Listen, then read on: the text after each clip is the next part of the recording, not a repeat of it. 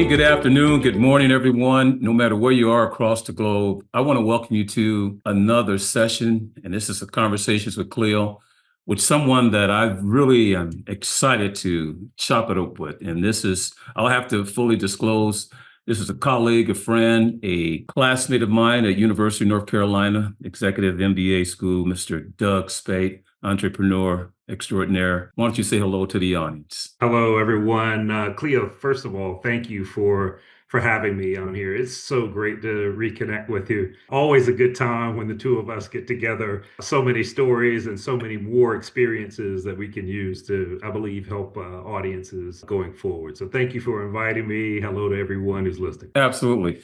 Folks, I really want you to tap into this one. There's going to be lots of gems. So this will be a podcast that I'm sure you'll archive and want to revisit. And if I'm wrong, just send me an email and I'll refund your money. Doug, it's been like 19 years, seriously, since we walked across the stage at University North Carolina Kenan-Flagler School of Business. And, that MBA, I want to say 18-month MBA journey was amazing. And I like to tell people, I describe it in the great Charles Dickens novel, it was the best of times. It was the worst of times. Well said.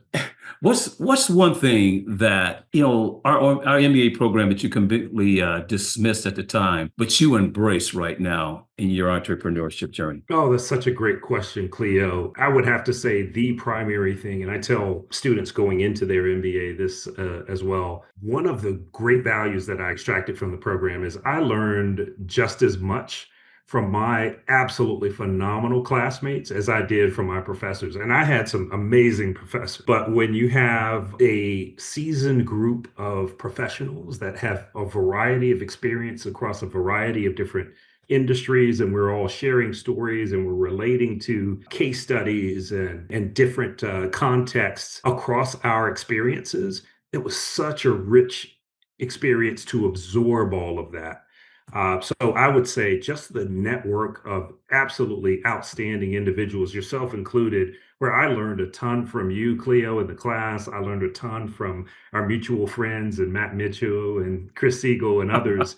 That's right. It was a That's right. wonderful experience to learn. Absolutely. I mean, we had a class that was more or less attended from people across the country, and they would come in on Fridays in the morning. Of course, some would travel Thursdays, and we would go through this extraordinary, robust, rigorous program, and they would release us in the early afternoon on Sundays. And I remember I would come home and I would have to take a walk to decompress because the mind could only take in so much. But that experience is one like none other. And I have to agree with you. We had a lot of great classmates, Shannon Champion, Sean Williams. And folks, for those who we'll probably drop a name or two when we're speaking, but lots of great people and great professors as well. Which brings me to this next question. And before I get to the next question, I felt to tell everybody about who you are and what you do. But I do want to take a step back.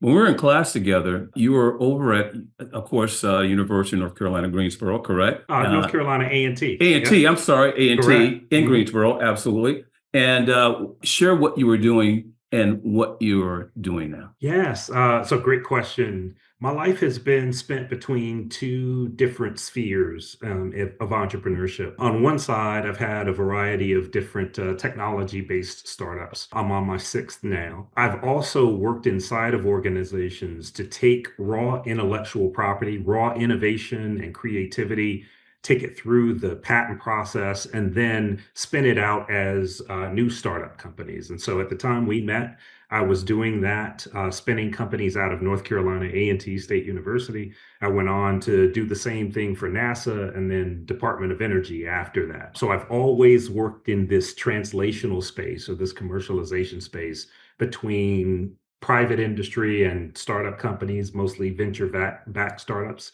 and this institutional process of taking innovations outside of the gates of the organization. That's fantastic. Would someone ever coin you as a serial entrepreneur? or someone who's just passionate, who loves the entrepreneurial journey and ecosystem and community, and continues to be a part of it in any way that you possibly can. Absolutely, Cleo. There's a joke that I have with my children who have watched me throughout many of these journeys, all the way through 5 startups, now 6. They call me a serial entrepreneur, CEREAL.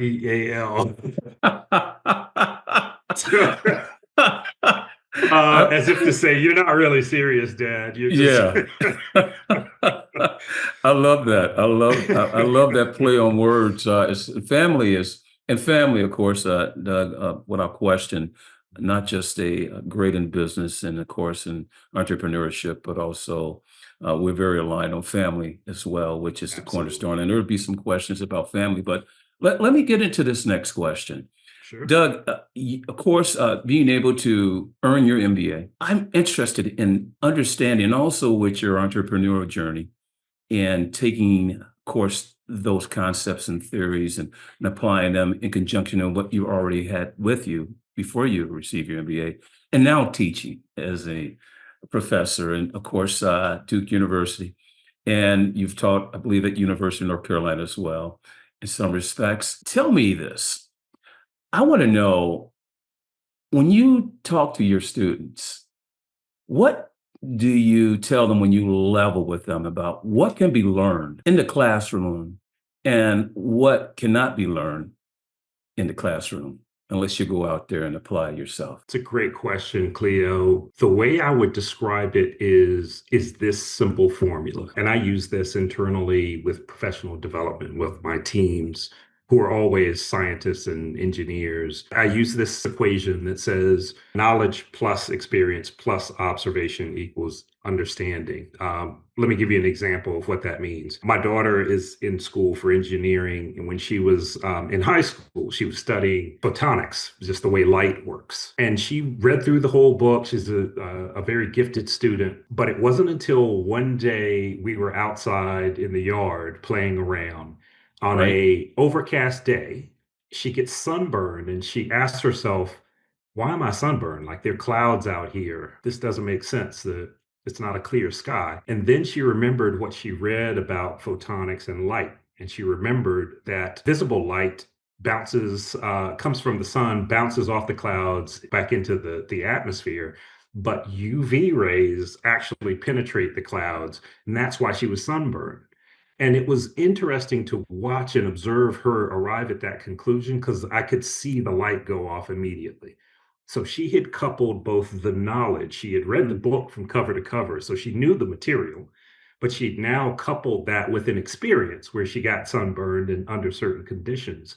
And then she was able to couple that with her observation that brought all 3 of those elements together. And then she had understanding. I would say that the MBA experience and your formal education is the knowledge component of it. You took the Hmm. class, you read the book, you heard the podcast, you absorbed this information, but you didn't yet have the experience and the observation to couple with it for a true understanding. And I would say that our experience, Cleo, after having achieved some business success prior to going to our MBA, actually gave us the experience and observation immediately to couple with the knowledge. That's why it was so valuable for me, having failed and succeeded more times than not. That's right. I could then couple that with the knowledge, all of the concepts, all of the frameworks, all of the things that could help me truly understand what happened and the impact of my decisions over time. So I would say that's the difference between the formal education and the experience and observation that produces understanding. You know, the component that you talked about and what you just gave, is so essential, is providing it in a framework that you can grasp, absorb, and what is the critical distinction is go out, test, and apply. Absolutely. You know, without the application, it's just things that you think you know. Hmm. And the application brings forth this experience that illuminates and, you know, gives Exactly. everything more or less that that opportunity to tie things together. And I love the way that you illustrated that. Let me get to this point because I want to demystify, I want to address this issue around entrepreneurship and those who are entrepreneurs and the fact that they enjoy risk. That risk is, I mean, they're like pirates out there taking on every particular risk, opportunity to where treasure lies and defying risk, and they're gamblers who just thrive on uncertainty. And I'd like for you to just talk about the reality when it comes to risk taking versus risk mitigation and other elements when it comes to entrepreneurs, because there are young Cleo Franklins, there are young Doug Speight's daughters, of course, grandkids, so they can hear this and they can understand from someone who does it and does it well. Thank you, Cleo. This is near and dear to my heart because it's a very simple lesson, but often overshadowed with a bunch of misunderstanding. Right? To your point, there seems to be this myth within startup culture that entrepreneurs enjoy risk, that we embrace. You hear this all the time. We embrace risk and we're just complete risk takers, like you said, pirates, cowboys, whatever the term you Right. want to apply to it. The Yes. reality of it is that entrepreneurs see an opportunity first and foremost. We're able to identify an opportunity that is currently being underserved, and we're able to weigh the upside risk and downside risk of pursuing that opportunity.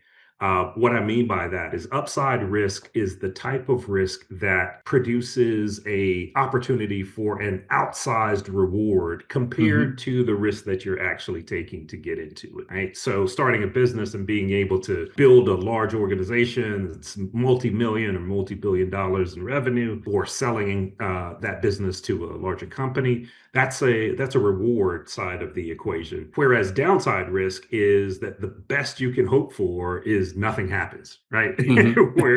where you just it everything nets out at zero. If they aspire to be entrepreneurs, to understand that entrepreneurs weigh upside and downside risk at every turn, every single day, every decision is made with that in mind. And we try to hedge ourselves against negative risk or downside risk. So it's risk management in a way, as Yes. opposed to just Mhm. embracing any wild risk. And would you share that this risk management takes doing your homework? I'm going to be Absolutely. very scientific here. Just Absolutely. doing your homework, making sure that you are putting into the calculus, so your formula, calculating the risk, and so Absolutely. that you can understand what's the worst that could happen if Mhm. I, pursue this, or what is the upside of this, and structuring it so that you mitigate and manage that risk. Absolutely. Absolutely. And Cleo, as you mentioned, both of us are family men. When you go into business and when you launch a new venture, it's not just you that's involved in the venture. Literally the whole family is. That's So right. when you That's think right. about managing risk, you're Yes. managing it not just for yourself, but for everyone in your circle. I say this also with students who are coming out of undergraduate programs that are interested in launching companies, even though you might not have a family, maybe they're just coming out in their early 20s or so forth. What you still have stakeholders in your family and in your community and in your circle that are invested in your success. Right? Make wise decisions. And in order to make wise decisions, to your point, you have to do thorough homework in order to understand what those risks are in order to be able to manage them. Right. So it's a multi-staged approach. Do your homework, understand the risk, then develop strategies on how to manage that risk so that it benefits everyone around you, not just you, and also protects others against those types of risks. Well said. Well said, Doug. I like to share that entrepreneurs don't love risk. It's just the fact that they love eliminating it or minimizing it, Absolutely. while Absolutely. everyone else is still afraid of it because Mhm. of the approach that they take. And those that are listening, I hope you're taking notes because this is a master class from Mr. Speight, which I'm going to get into the next step, a family. 70 plus years, 75 years legacy that you are three generations and still in Durham, still honoring that legacy that was established. And what I just like to know, why is it that you have not left? And what is essential for you to remain to, and again, I don't like to say leave a legacy, but live that legacy. I would respond in this way, Cleo. One of the most important things to me is the latitude or freedom to go out and experiment in different ways with your career, with what you've learned, being able to exercise the understanding that you've gained. And so I actually did move away for a number of years, working with NASA, Department of Energy. I moved to a number of states, Florida to Mhm. Tennessee and others, and I moved back to Durham because Durham is one of those really special places that has a great Black entrepreneurship spirit. So the city of Durham, North Carolina, is popularized by the term Black Wall Street. So there was a Yes. high concentration of Black entrepreneurs and Black wealth at the turn of the century, at the turn of the 20th century. That spirit still exists in the city of Durham.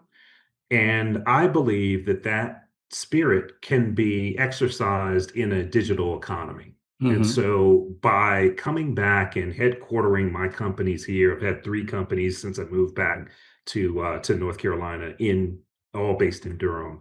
Uh, my whole objective in doing so is to open up the perspective of a young Black Doug Speight, at be it a teenager or a college age student, opening up their perspectives on what's possible. I've Hmm. had companies in a variety of different industries. Every time I start a new company, I do it in a very different industry because I like the learning. I like to learn it from the ground up. I love coming in where I don't know a thing about this industry. I want to learn everything there is to know about it. So I tend to do something in a different industry every single time. And that learning is the juice for me, Cleo. Like when you wake up with new understanding and having embraced a new concept or experimented with a new concept, that is really what does it for you. So I love to do that in an environment where you have an audience that can benefit from seeing a Black man execute in these spaces, where they can see a Black and diverse team attracting capital from all over the country. I love being able to do that in a space where we're able to be ourselves and execute at a very high level. You just mentioned a mindset that when I teach or give workshops around entrepreneurship or just leadership in general, and this learning component, I think is so essential. I want you to speak on that because even when we talk about our MBA class, 50 to 55 is some brilliant people who have done very, very well. They're already Mhm. successful. But yet and still, the fact is that their superpower, and this is something that I embrace. I'm not the smartest guy. There's a lot of people, of course, with great capacity, but I can learn. And I Absolutely. can process and I can unlearn so that I can make room to learn again, so Absolutely. that I can go out and do the things that you've talked about to take these skills that are portable, Mhm. transferable, and applicable no matter what industries you're in. And so I like to think of it as the beginner's mindset. There's a quote that an expert sees only a few opportunities and options, whereas a beginner sees an unlimited amount of opportunities. Is Absolutely. that what is somewhat of your superpower, Mr. Spade? Cleo, I would say that is absolutely a superpower, and I believe it's essential to being an entrepreneur. My One of my mentors has studied a variety of religions around the globe, from like all of the masters. He often counsels me on this one Buddhist principle Hmm, called child's mind, and it's exactly what you yes. described. It is that beginner's mind where you're just curious about everything, as if you were a newborn. That's right. And it's an absolute necessity for entrepreneurs, because if you are not curious, you won't ask the right questions. If you don't ask the right questions, you will not get the right answers. If you don't get the right answers, then you'll make the wrong decisions. And so there's this domino effect that happens that all begins with curiosity, as simple as it is, as simple as it sounds. Just starting out with a base level of curiosity and embracing your role in being a lifelong learner. No, I think that's absolutely essential. If we were to go back and catalog a few of these things, one of the things you've talked about is not being afraid of risk or being a risk taker, but being someone who understands risk thoroughly and fully.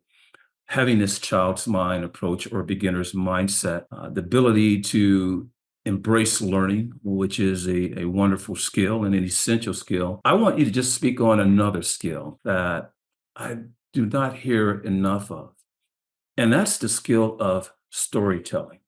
Mhm.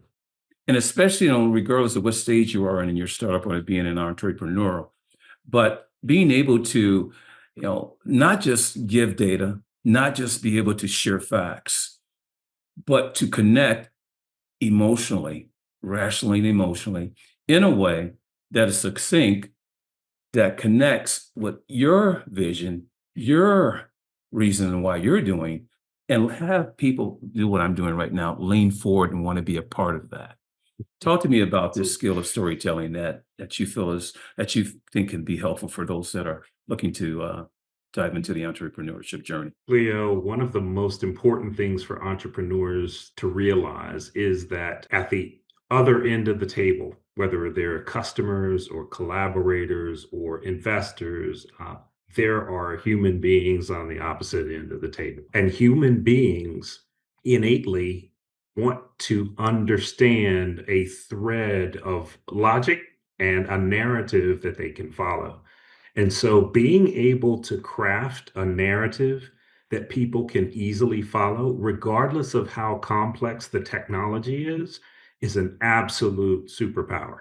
And if you can lean into that translational role where you can translate really complex technology in a way that seems basic to everyone else, where they immediately get it, you are ahead of 9 out of 10 of your peers in the space. So that narrative development and being able to deliver that narrative is just as important as being able to execute on your plans. Is there one example that you can share where you saw that being more or less executed and represented it in a way that others can see and understand what we're talking about? Because I don't want to gloss over this point. Sure, sure. In the business I have now, my company is named AxNano. We develop industrial grade hardware that destroys some of the world's worst contaminants. So picture us as ghost hunters Mhm. for some of the worst contamination around the globe. When we build equipment that captures and processes and destroys those contaminants, it's our special superpower. But we work with the industries that are often the worst offenders in terms of releasing these chemicals into the environment, namely the military. We work Mhm. on the federal side with Air Force, Army, and other military agencies.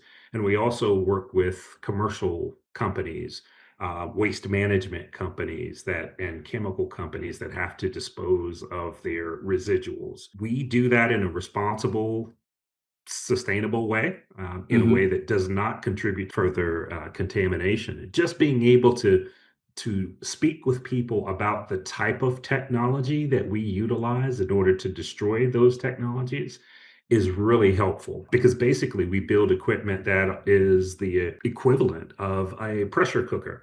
Okay. Uses high temperature and high pressure to destroy these chemical bonds. And rather than chemicals that stay around for decades or eons, we're able to destroy that in a controlled environment. And so just being able to relate everyday things like a pressure cooker or a boiler or technology that people can understand, Right. instead of the complex technical language that we're often taught, is a great way to continue that narrative. I like to tell people facts tell, but stories sell. Mm, And competence may get you in a room, but storytelling will get you the signature on the absolutely. contract. And I love how you basically illustrated that example. And you did it in a way where I would say that some people who are unaware of what you do can relate, because that is also I would say, a critical skill is the power of relatability Mhm. to those who you're serving. Let me just a couple more questions and I'm gonna get you out, because you and I, we could talk all day, and we will. But let's just a couple things I want to. You talked about um, stepping back and into the pitch arena, after some time, and which you initially thought yourself that you were more or less what you're beyond it. But That I was I think, beyond it, yeah. yeah, I think, and that's remarkably honest, which I think is so essential. What did the experience teach you about the distance between who we think we become and who we need to be to stay where we need to be passionate about? Oh, wow, Cleo. This goes along with curiosity being one of the key components. The second, I would say, is humility. Mm. If you're going to be an entrepreneur, life will humble you. Yes, No's will rain down on you. right.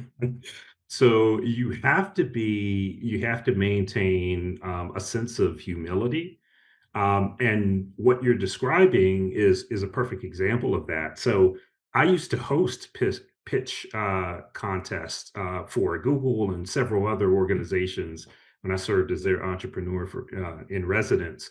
And about a year ago, I was out in the Bay Area at a conference, and I said, you know what, I need to test my messaging. I need to test my storytelling, to your Yes, earlier point.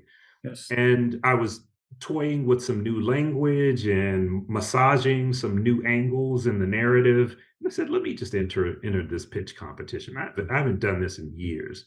Yes. Wound up winning the pitch competition, and Outstanding. attracting new investors from that very event, all because I was humble enough to say, you know what, I'm no superstar, I'm no celebrity, I'm not above Right. this. Let me try this and see what I learn, see who I meet, see what conversations I can start where that I could then extract something new from. And that's exactly what happened. That's outstanding. When you talked about entrepreneurs seeing opportunities, it is a sobering statement. And here you saw an opportunity to, as they would say, sharpen the saw, right? If you're going to Absolutely. go cut wood and go back into the pitch arena, and something that you've done before, but having that humility to be able to do that is amazing. The abundance of opportunities that came behind it. I'm going to end with this, and this is for the audience. This is a reflection question. If you could just take yourself back to 2006, and you're speaking to a young Doug Speight or a young Cleo Franklin. If you're speaking to some of the people that were in our classroom, or someone who's looking to pursue an MBA, or pursue this type of career, what would you tell them?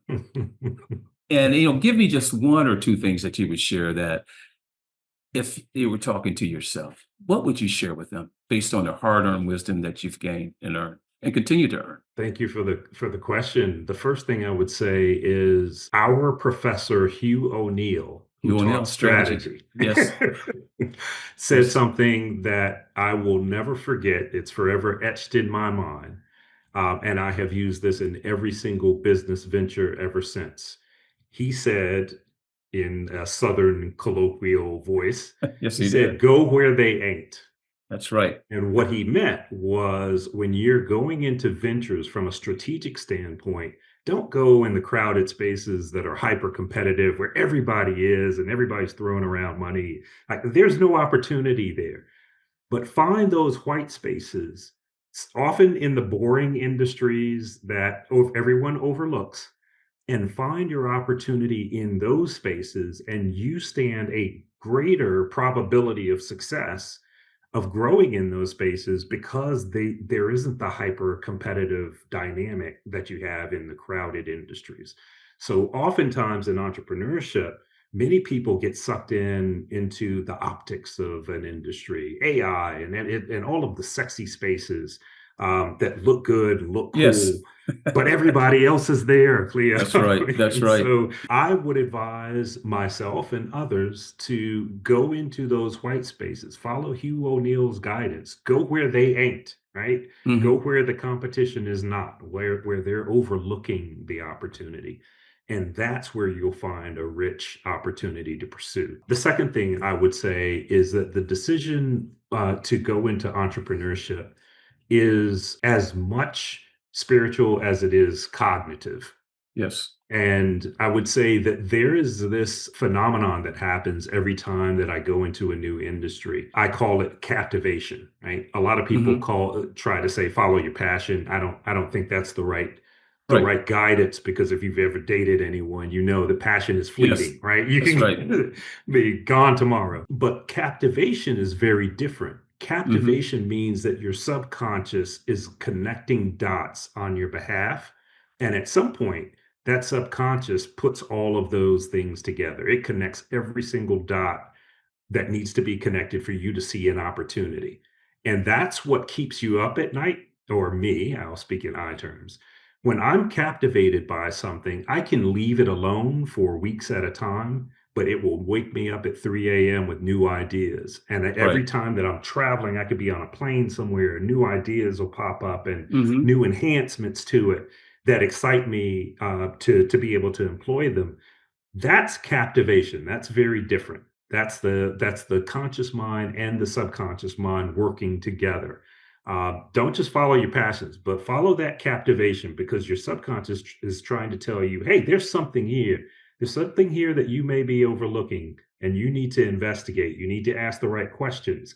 You need to learn about these topics in order to fill in the blanks. And that's what I would say to entrepreneurs that are considering going into this field. Be captivated, be curious about things, and follow the ones that you're captivated by. Doug, I love it.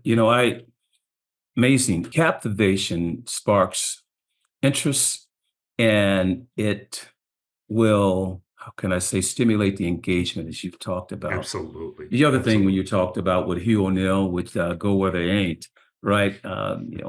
It's either you like, what do you want to operate in, white space heaven or commodity drift hell, Well said. where you Well have, said.